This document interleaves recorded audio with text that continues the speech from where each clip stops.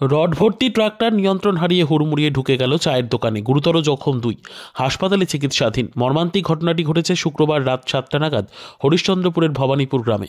গুরুতর জখম হয়েছে স্থানীয় বাসিন্দা নিমাই দাস, বয়স 55, এবং হাবু আলী, বয়স 60। স্থানীয় সূত্রে জানা গিয়েছে, এদিন রাতে গ্রামে পবিত্র কর্মকারের চায়ের দোকানে চা পান করছিলেন স্থানীয় কয়েকজন ব্যক্তি। তুলসিয়াটার দিক থেকে রড ভর্তি একটি ট্রাক্টর দ্রুত গতিতে ছুটে এসে নিয়ন্ত্রণ হারিয়ে চায়ের দোকানে ঢুকে যায়। চায়ের দোকানে বসে থাকা 2 ব্যক্তিকে ধাক্কা মারে। নিমাই দাসের পায়ের উপর দিয়ে চাকা চলে যায়। রক্তাক্ত অবস্থায় দুজনকে উদ্ধার করে হরিশ্চন্দ্রপুর গ্রামীণ হাসপাতালে নিয়ে যায়।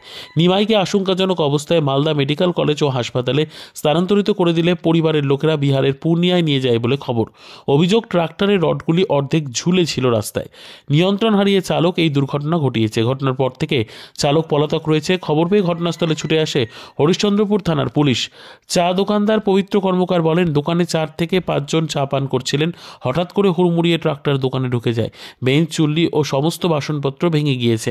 2 জন গুরুতর আহত হয়েছেন, আশঙ্কাজনক অবস্থায় হাসপাতালে ভর্তি রয়েছেন। আমার সামনে ঘটনা এটা হলো যে আমি দোকানে বসেছিলাম, বসবার পর চা লাগিয়ে আমি নিমাইকে চা দিচ্ছিলাম। তারপরে উনি চা নিয়ে যাচ্ছিলেন।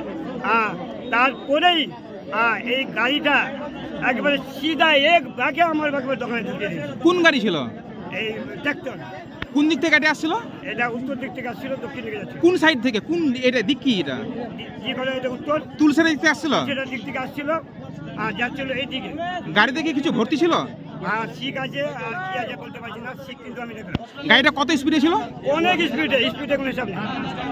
তারপরে এখানে কতজন ছিল? দোকানে কতজন ছিল? কে ছিল আমার কিন্তু প্রায় কতজন লোক হবে? লোক হয়তো আমার অত মনে নাই। কিছু লোক ছিল, 5-6 জনের মতো ছিল এখানে, কিন্তু আমার ধ্যান থাকলো না। আমার কি কোন লোক আছে নাম থেকে নাম বলতে পারছি। এই ঘটনায় কে মানে জখম হয়েছে? এখন নিমাই 1 নম্বর জখম হয়েছে। আর আমার এখানে পায়ে ব্যথা। মানে নিমাইয়ের কি অবস্থা? নিমাইয়ের অবস্থা কি আছে আমি এখন বলতে পারছি না।